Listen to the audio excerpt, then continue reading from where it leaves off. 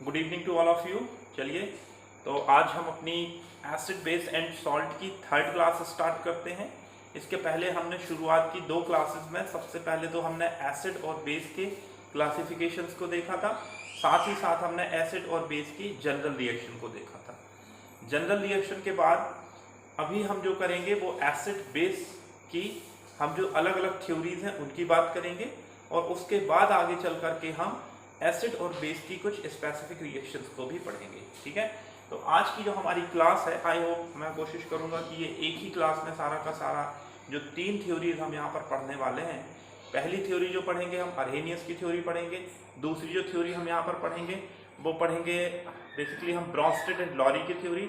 और थर्ड जो थ्योरी हम यहाँ पर पढ़ने वाले हैं वो आपकी है लुईस एसिड बेस थ्योरी। ठीक है, तो इन तीन थ्योरीज के बारे में हम यहाँ पर बात करेंगे। चलिए शुरू करते हैं अरहेनियस की थ्योरी से। देखिए, अरहेनियस के हिसाब से एसिड और बेस क्या थे। ठीक है, अरहेनियस ने थ्योरी दी थी और उसने बताया था कि एसिड क्या होते हैं, बेस क्या होते हैं। चलिए हम वो बात करते हैं। अरहेनियस की थ्योरी के लिए सबसे इंपॉर्टेंट चीज आपको जो याद रखनी है वो ये रखनी है कि अरहेनियस की थ्योरी केवल और केवल एक्वस सॉल्यूशन के लिए काम करती है। यदि हमारे सब्सटेंस, हमारे मटेरियल एसिड या बेस के तौर पे हमें जो डिफाइन करने हैं, यदि वो एक्वस सॉल्यूशन में नहीं है तो ना तो आप उनको एसिड के तौर पे डिफाइन कर पाओगे ना बेस के तौर पे डिफाइन कर पाओगे। तो सबसे इंपॉर्टेंट चीज यहाँ पर यही है कि अरहेनियस की थ्योरी केवल और केवल एक्वस सॉल्यूशन में काम करती है। ठीक है, अच्छा, अब उसने अरहेनियस ने क्या कहा था कि ऐसे substance which gives H plus,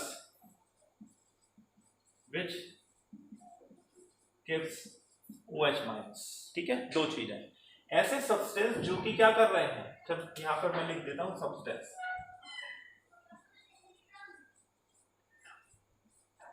ऐसे सब्सटेंस जो H प्लस देते हैं कहां पर, एक्वस सॉल्यूशन में। ठीक है, ये ध्यान रखिएगा।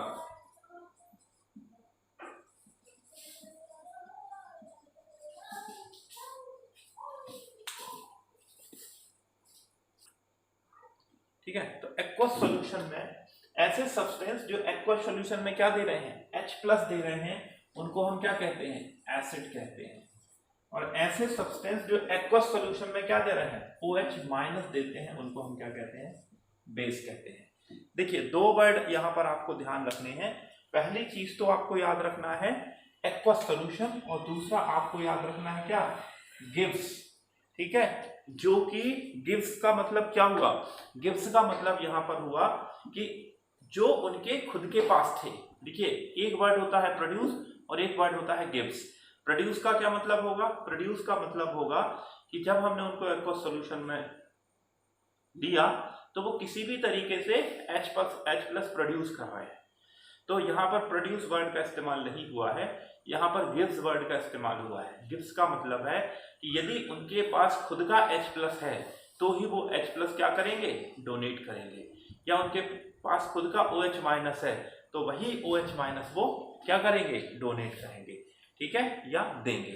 तो यहाँ पर इस चीज को आपको ध्यान रखना है। ऐसे सब्सटेंस जिनके अंदर खुद का H प्लस हो और उस H प्लस को वो एक्वस सॉल्यूशन में देते हैं तो अरहेनियस एसिड कहलाते हैं। ऐसे सब्सटेंस जिनके पास खुद का OH माइनस या OH हो और वो उसे OH माइनस के तौर पे क्या करते हो, एक्वस सॉल्यूशन में गिव्स करते हो, तो आप उनको क्या कहते हो, आप उनको बेस कहते हो। ये अरहेनियस के हिसाब से एसिड और बेस की हम बात करते हैं। तो चलिए, यदि हम एसिड की बात करें तो अरहेनियस के हिसाब से एसिड कौन होंगे, आपका HCl एसिड होगा, H2SO4 एसिड होगा, HNO3 एसिड होगा, CH3COOH एसिड होगा, H2CO3 एसिड होगा। ये अरहेनियस के हिसाब से ये सारे सब्सटेंस एसिड होंगे। लेकिन यदि मैं बात करूं CO2 एसिड नहीं होगा। नॉर्मली CO2 क्या है, एसिडिक नेचर शो करता है, बट अरहेनियस के हिसाब से वो एसिड नहीं होगा। SO2, SO3 ये सारे एसिड नहीं होंगे। अब ये क्यों नहीं होंगे, देखिए, यदि हम CO2 को वाटर में डिसॉल्व कर दें, यदि हम CO2 को वाटर में डिसॉल्व कर दें तो वो एसिड बनाती है। ठीक है, और वो क्या करती है H प्लस प्रोड्यूस भी करती है।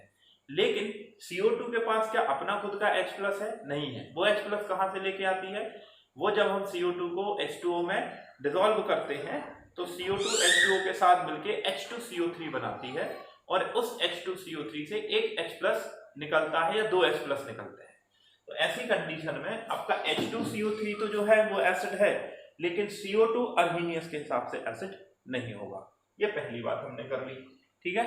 आई होप आपको क्लियर हो क्या होगा। इसके बाद हम दूसरी बात करते हैं बेस की, ठीक है। तो वही चीज बेस में है कि जैसे मैंने कहा NaOH बेस है, हाँ है। NaOH अर्हीनियस बेस है, ठीक है। KOH अर्हीनियस बेस है, हाँ है। यदि मैं बात करूं CSOH अर्हीनियस बेस है, हाँ है। अमोनियम हाइड्रोक्साइड अर्हीनियस बेस है, हाँ है। लेकिन यदि मैं एक केस ले लूं, क्या मैं ले लूं एल्यूमिनियम हाइड्रोक्साइड। अब देखिए इसके पास खुद का OH आपको दिख रहा है, लेकिन जब हम इसे वाटर में डिसॉल्व करते हैं तो वाटर में डिसॉल्व होकर के ये OH माइनस नहीं डोनेट करता है, ये OH माइनस नहीं डोनेट करता है। तो अब क्या है, सब्सटेंस में आपको दिख रहा है। नॉर्मली हम कहें तो कंप्लीटली ये बेस है भी, लेकिन अर्हीनियस के हिसाब से ये बेस नहीं है, क्योंकि ऐसे सब्सटेंस जो वाटर में डिसॉल्व होकर के नहीं दे रहे हैं OH माइनस, वो अर्हीनियस बेस नहीं माने जाएंगे, ठीक है। तो ये अर्हीनियस एसिड के एग्जाम्पल हो गए, ये अर्हीनियस बेस के एग्जाम्पल हो गए। अर्हीनियस ने इस थ्योरी में एक चीज और साथ में ऐड करी थी, उसने स्ट्रॉन्ग एसिड और स्ट्रॉन्ग बेस, वीक एसिड और वीक बेस के बारे में भी बताया था। ये किस तरीके से बताया था? अर्हीनियस ने ये बताया था कि मान लीजिए आपके पास एसिड है और वो क्या हो गया है, कंप्लीटली डिसोसिएट हो गया है।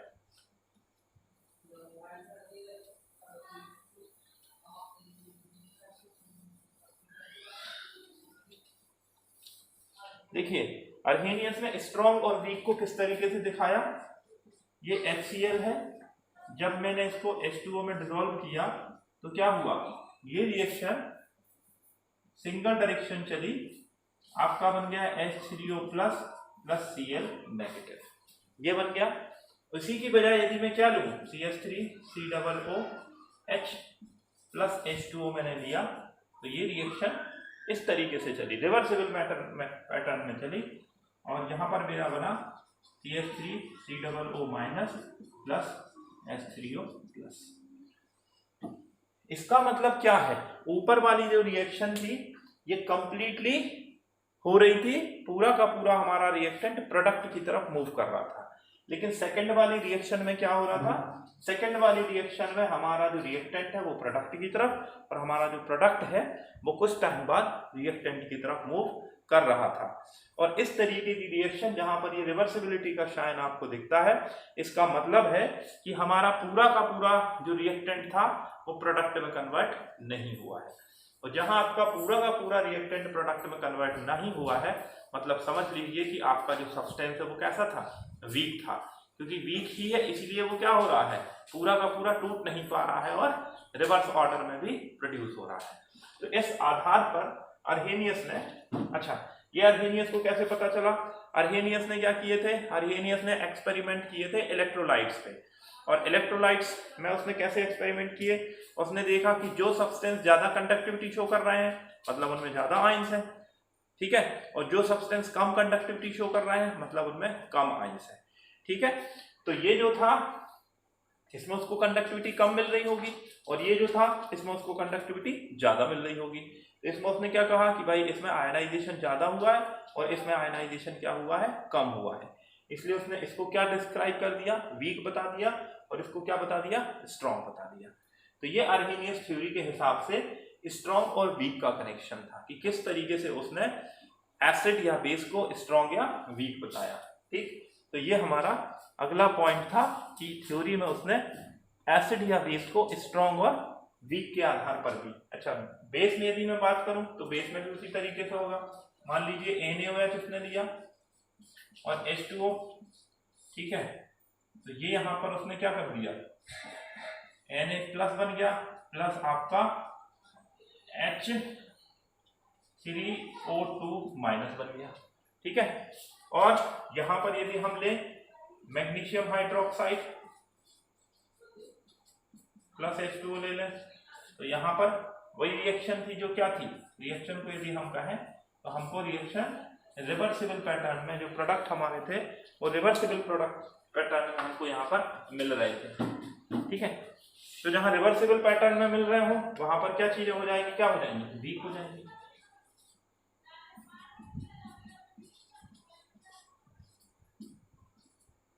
इस तरीके से आपकी चीजें, ओके। तो ये अर्हेनियस थ्योरी के हिसाब से स्ट्रॉन्ग और वीक के बारे में भी अर्हेनियस ने बताया था। इसके अलावा अगली चीज जो यहाँ पर और डिस्कस करने लायक है, पहले मैं इसको क्लीन कर देता हूं।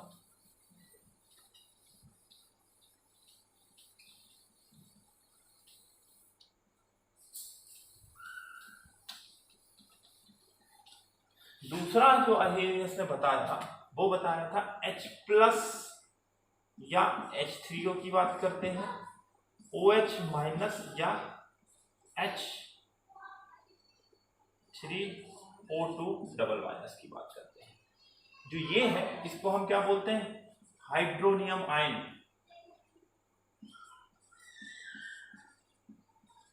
हाइड्रोनियम आयन, और इसको हम बोलते हैं हाइड्रोक्साइल आयन।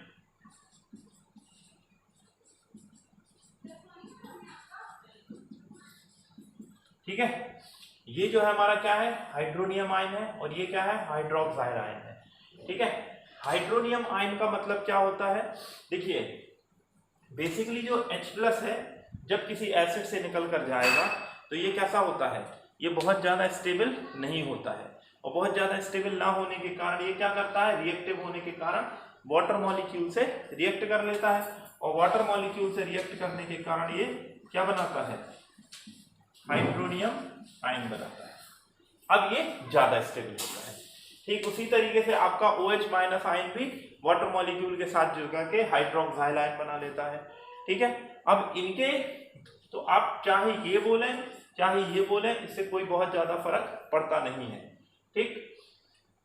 ये आपको कई बार ऐसा भी दिखेगा H5O2+ H7O3+, ठीक है। तो इस तरीके से आपको हाइड्रोनियम आयन मिल सकते हैं, और इसी पैटर्न में हम चाहे तो उनके हाइड्रोक्साइड आयन भी बना सकते हैं।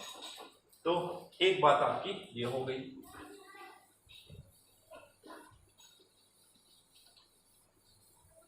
अच्छा, अब हम देखते हैं अर्हेनियस थ्योरी से क्या चीजें हमें काम की निकल कर आई और क्या चीजें काम की निकल कर नहीं आई थी।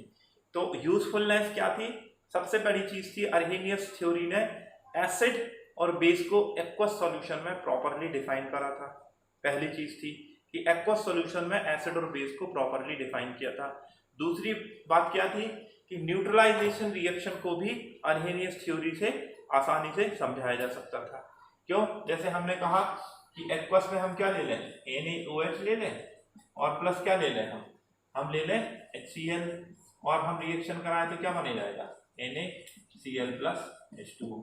तो ये न्यूट्रलाइजेशन रिएक्शन को अर्हेनियस ने बताया था। उसने कहा था कि एक एसिड एक बेस जब आपस में मिलते हैं तो सॉल्ट बनाते हैं, और इस रिएक्शन को हम न्यूट्रलाइजेशन रिएक्शन कहते हैं।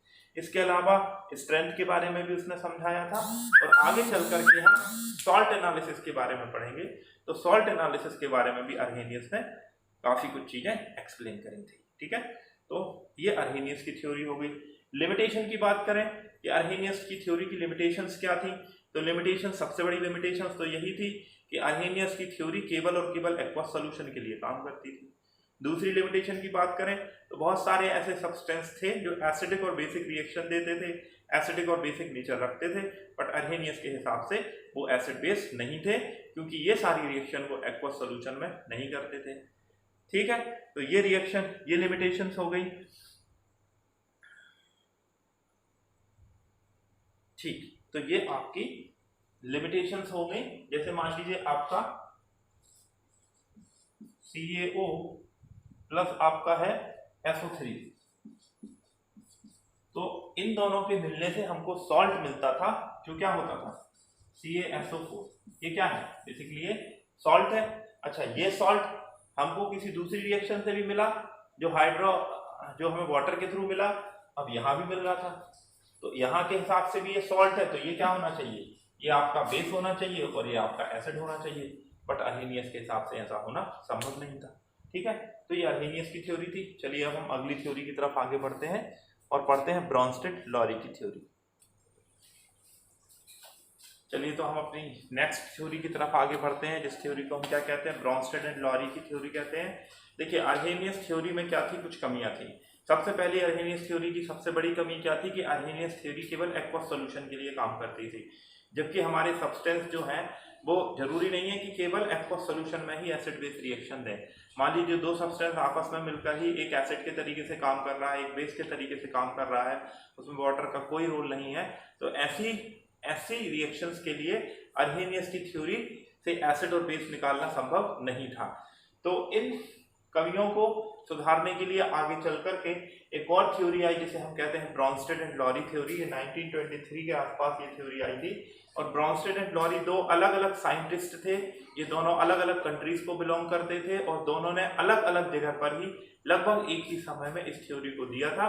इसलिए इस थ्योरी को हम क्या कहते हैं, ब्रॉन्स्टेड एंड लॉरी की थ्योरी कहते हैं। चलिए इसके हिसाब से हम देखते हैं एसिड क्या होते हैं और बेस क्या होते हैं। तो ऐसे substance which have tendency to donate H+ ion, ऐसे सब्सटेंस जो H+ आयन को डोनेट करने की टेंडेंसी रखते हैं उन्हें हम क्या कहते हैं, उन्हें हम एसिड कहते हैं। और ऐसे सब्सटेंस जो H+ आयन को एक्सेप्ट करने की टेंडेंसी रखते हैं उन्हें हम क्या कहते हैं, उन्हें हम बेस कहते हैं। ठीक है, तो जो प्रोटॉन को एक्सेप्ट करने की, जो प्रोटॉन को डोनेट करने की टेंडेंसी रखते हैं, H+ आयन को डोनेट करने की टेंडेंसी रखते हैं, वो कहलाते हैं एसिड, और जो एक्सेप्ट करने की टेंडेंसी रखते हैं वो कहलाते हैं बेस। ठीक है, चलिए जरा इस थ्योरी को हम एग्जांपल के थ्रू समझते हैं। तो ये देखिए आपके पास HCl है और H2O है। मैंने HCl की H2O के साथ रिएक्शन कराई और मैंने क्या देखा, मैंने देखा कि Cl- बच रहा है और H3O+ बन गया है। तो अच्छा, ये हाइड्रोजन का H+ कहां पर गया है, ये आपका हाइड्रोक्लोरिक एसिड से H+ जो गया है कहां पर गया है, H2O के पास गया है।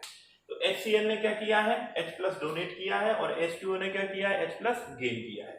तो ऐसी कंडीशन में HCl क्या हो जाएगा, आपका एसिड हो जाएगा और वाटर आपका क्या हो जाएगा, बेस हो जाएगा। क्लियर बात, जिनने H+ डोनेट किया वो एसिड है, जिन्होंने H+ गेन किया वो बेस है। यहां पर हम बात करें, ये आपका NH3 है, ये H2O है, जिससे प्रोडक्ट हमारा क्या बना है, NH4 बना है और OH- बना है। NH3 में एक H+ ऐड हुआ है, तो वो H+ किसने दिया होगा, ऑब्वियस सी बात है वाटर ने दिया होगा। तो वाटर हमारा क्या हो गया, वाटर यहाँ हमारा हो गया एसिड और NH3 हमारा हो गया बेस। ठीक है, जो H+ को क्या कर रहा है, गेन कर रहा है, वो बेस है, और जो H+ को क्या कर रहा है, डोनेट कर रहा है, वो एसिड है। तो यहाँ पर हमारा इस तरीके से ये रिएक्शन कंप्लीट हो गई। ठीक है, यदि हम इसको और प्रॉपरली समझना चाहें तो हम यहां समझ लेते हैं। जैसे NH3 था, NH3 ने H+ को ऐड किया तो क्या बना दिया है, NH4+ बना दिया है। तो NH3 ने H+ क्या किया है, गेन किया है, इसलिए ये क्या हो जाएगा, बेस हो जाएगा।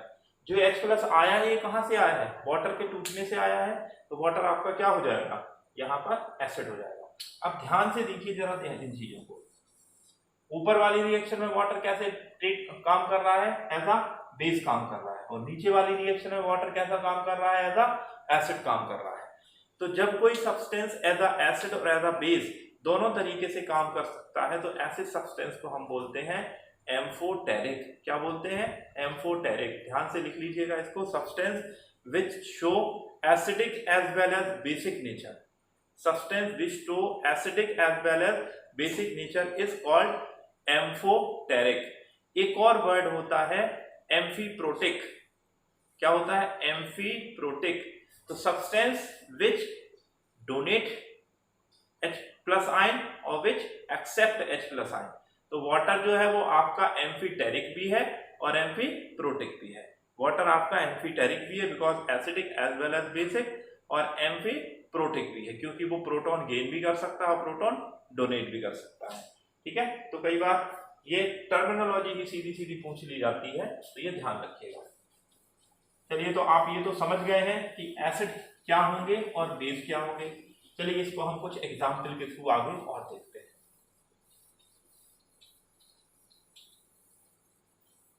देखिए H2SO4 है, ठीक है, और H2SO4 की मैंने वाटर के साथ रिएक्शन कराई है, तो यहां पर क्या बन गया आपका HSO4 negative plus H2O H3O। एक और रिएक्शन में कराऊं HSO4 negative plus H2O is equal to SO4 double minus plus H3O positive. ठीक, तो यहां पर क्या था, H2SO4 आपका क्या है, एसिड है, और वाटर आपका क्या है, बेस है। यहां पर आपका HSO4 क्या है, एसिड है, और वाटर आपका क्या है, बेस है। तो एक दूसरी जो फाइंडिंग हमें यहां निकल के आती है वो ये है कि ब्रॉन्स्टेड एंड लॉरी की थ्योरी के थ्रू केवल मॉलिक्यूल एसिड बेस नहीं हो सकते हैं, मॉलिक्यूल के साथ साथ आयंस भी क्या हो सकते हैं, एसिड और बेस के जैसा बिहेव कर सकते हैं। तो ये कई बार पूछ लिया जाता है, ध्यान रखिएगा किस थ्योरी के हिसाब से आयंस भी एसिड बेस हो सकते हैं। तो अर्होनियस के हिसाब से नहीं हो सकते हैं, पर ब्रॉन्स्टेड लॉरी की थ्योरी के हिसाब से आयंस भी क्या हो सकते हैं, एसिड और बेस के जैसा बिहेवियर शो कर सकते हैं। ठीक है, अच्छा, इसके बाद तीसरी चीज यहां पर जो ब्रॉन्स्टेड एंड लॉरी एसिड में जो अलग थी अर्हेनियस से, अर्हेनियस की थ्योरी में बेस होने के लिए उसके अंदर OH माइनस आयन का होना और उसका एक्वस सॉल्यूशन में डोनेट होना जरूरी था। ब्रॉन्स्टेड एंड लॉरी की थ्योरी के हिसाब से OH माइनस का होना किसी बेस के लिए जरूरी नहीं है। उसका होना क्या आवश्यक है, उसका होना ये जरूरी था कि वो H प्लस प्रोटॉन को गेन करने वाला सब्सटेंस होना चाहिए।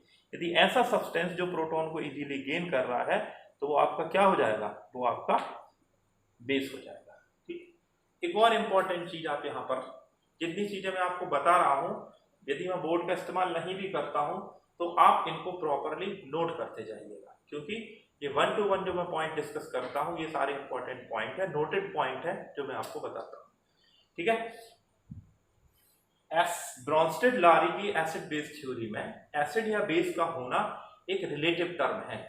मान लीजिए आप उसको किसी एक ऐसे सॉल्यूशन में लेते हैं, ऐसी जगह पर लेते हैं जो क्या कर रहा है, जो ना तो प्रोटॉन डोनेट कर रहा है ना ही प्रोटॉन गेन कर रहा है।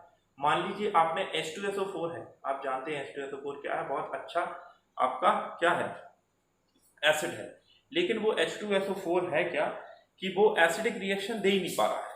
एसिडिक रिएक्शन क्यों नहीं दे पा रहा है H2SO4, क्योंकि मैंने उसको जिस सॉल्वेंट के अंदर डाल के रखा हुआ है उसके अंदर ना तो प्रोटॉन को गेन करने की पावर है ना प्रोटॉन को डोनेट करने की पावर है। तो जब कोई दूसरा सब्सटेंस H प्लस लेने को तैयार ही नहीं होगा, जब H2SO4 को ब्रेक होने के लिए उतनी एनर्जी सप्लाई ही नहीं करेगा, तो H2SO4 कितना अच्छा भी एसिड रहा आए वो अपना एसिडिक नेचर शो नहीं करेगा। ठीक है, तो इस बात को भी आपको समझना है कि यदि हमारा सॉल्वेंट ऐसा है जो एसिडिक या बेसिक नेचर के लिए प्रॉपरली मतलब एक्सेप्ट करने के लिए प्रोटॉन को या गेन कर डोनेट करने के लिए तैयार नहीं है, तो कितना भी अच्छा एसिड या कितना भी अच्छा बेस आप ले लोगे वो एसिड या बेस नहीं माना जाएगा। ठीक है, ठीक, ये वाली बात हो गई। चलिए इसके बाद हम एक और किसी कंसेप्ट के एक और पॉइंट की तरफ चलते हैं। देखिए नॉर्मली देखा जाए तो मैंने कहा मेरे पास एक एसिड है AHA, ठीक है, इस HA ने क्या किया है, यहां पर अपना H प्लस डोनेट कर दिया है और A माइनस बचा दिया है। अच्छा, तो ये क्या था भैया, ये तो हमारा था एसिड, और एसिड डोनेट करने के बाद ये जो हमारा बचा हुआ है इसके अंदर क्या है, H प्लस को गेन करने का नेचर आएगा।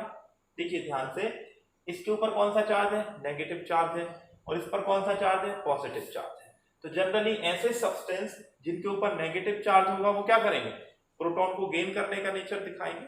तो कोई भी एसिड जब अपने H प्लस को डोनेट कर देता है तो वो क्या बना देता है,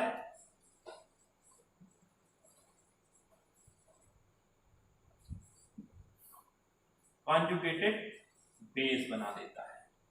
ठीक है, कोई भी एसिड क्या बना देता है, प्रोटॉन डोनेट करने के बाद बेस बना देता है। और उसी तरीके से जैसे मान लीजिए NH3 था और NH3 ने क्या किया है, NH3 ने H प्लस गेन करके क्या बना दिया है, NH4 प्लस बना दिया है। तो यदि ये बेस था, अब बेस के बाद इसके अंदर क्या हो गया है, H प्लस एक्स्ट्रा आ गया है, तो वो H प्लस डोनेट भी कर सकता है। तो डोनेट करने का जब नेचर आ जाएगा H प्लस को, तो हम इसको क्या बोल देंगे, इसको एसिड बोल देंगे। तो इस तरीके से जब एक H प्लस के डोनेट या एक्सेप्ट करने से हमारी स्पीशीज चेंज हो जाती है, तो इसको हम बोलते हैं कॉन्जुगेटेड एसिड बेस पेयर। क्या बोलते हैं, कॉन्जुगेटेड एसिड बेस पेयर। ठीक है, इसको हम कुछ और एग्जांपल्स के थ्रू समझते हैं तो आपको और बेटर तरीके से चीजें समझ आएंगी। देखिए, जैसे सबसे पहले मैंने रिएक्शन ली HCl plus H2O is equal to आपका हो गया H3O प्लस प्लस आपका हो गया Cl नेगेटिव। ठीक है, ये जो था ये कन्वर्ट हुआ है इसमें, और ये जो था ये कन्वर्ट हुआ है इसमें।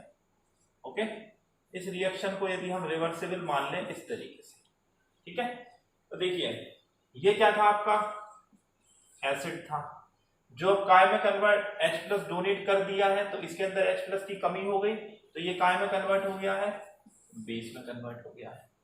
ये क्या था, आपका बेस था, और जब इसने एसिड गेन कर लिया तो अब ये क्या H प्लस गेन कर लिया है, तो इसके पास H प्लस आ गया, तो H प्लस आ गया तो अब क्या बन जाएगा, ये एसिड बन जाएगा।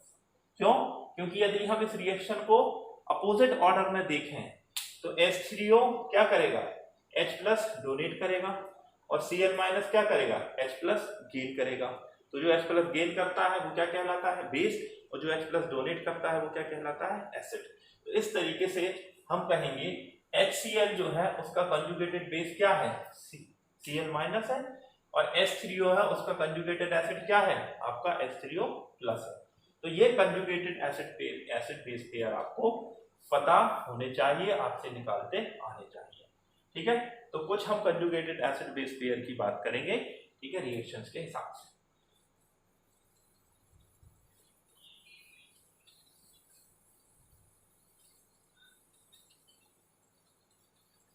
देखिए, पहले हम वाटर को लेते हैं। ठीक है, वाटर आपका दोनों तरीके से काम कर सकता है। मान लीजिए मैं इस तरफ रिएक्शन करा रहा हूं और इस तरफ वाटर रिएक्शन कर रहा है OH minus plus H plus, तो यहां पर वाटर का रोल कैसा है, एसिड के जैसा है। तो वाटर क्या कर रहा है, H प्लस किसी को डोनेट कर रहा है, और ये क्या बच गया, यहां पर बेस हो गया। दूसरा, यदि मैं इस तरफ देखूं रिएक्शन, वाटर किसी से H प्लस गेन कर ले, तो क्या बन जाएगा आपका वाटर, H3O प्लस बन जाएगा। तो वाटर यहाँ क्या है, गेन कर रहा है, तो यहाँ बेस है, और यहाँ पर वाटर आपका एसिड है। ठीक है, तो कई बार आपसे सीधा सीधा क्वेश्चन पूछा जाता है। क्या क्वेश्चन पूछा जाता है कि H2O का कंजुगेटेड बेस बताइए, ठीक है, या H2O का कंजुगेटेड एसिड बताइए। तो जब आपसे इस तरीके का क्वेश्चन पूछा जाता है एसिड और बेस को लेके, तो यदि उन्होंने कहा है कि कंजुगेटेड एसिड बताइए, तो उसमें एक H प्लस ऐड कर दीजिए। उन्होंने कहा है कंजुगेट बेस बताइए, तो उसमें से एक H प्लस हटा दीजिए। ठीक है, क्योंकि कोई भी चीज है जो एसिड है वो बेस तभी बनती है जब वो क्या करेगी, प्रोटॉन डोनेट करेगी। तो यहां आप इसको ऐसे लिख लीजिए,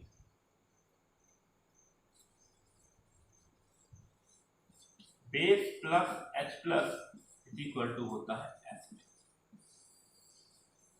ठीक है, बेस में जब H प्लस जोड़ोगे तो एसिड बन जाएगा, और एसिड में से H प्लस हटाओगे तो वो चीज बेस बन जाएगी। अब मान लीजिए उन्होंने कहा है कि वाटर का ये H2O है, इसका एसिड बताओ, इसका कंजुगेटेड, मतलब इसको उन्होंने क्या माना है, उसको उन्होंने बेस माना है। तो H प्लस बताने के लिए क्या करना पड़ेगा, एसिड बताने के लिए क्या करना पड़ेगा, उसमें H प्लस आप ऐड कर दीजिए। उन्होंने कहा है H2O का कंजुगेटेड बेस बताइए, तो एसिड माना है, तो बेस कब बनेगा, जब वो H प्लस डोनेट करेगा। तो ये उसका OH माइनस उसका बेस हो जाएगा। क्लियर है ये बात? ठीक है। इसी तरीके से एक दूसरा देखते हैं।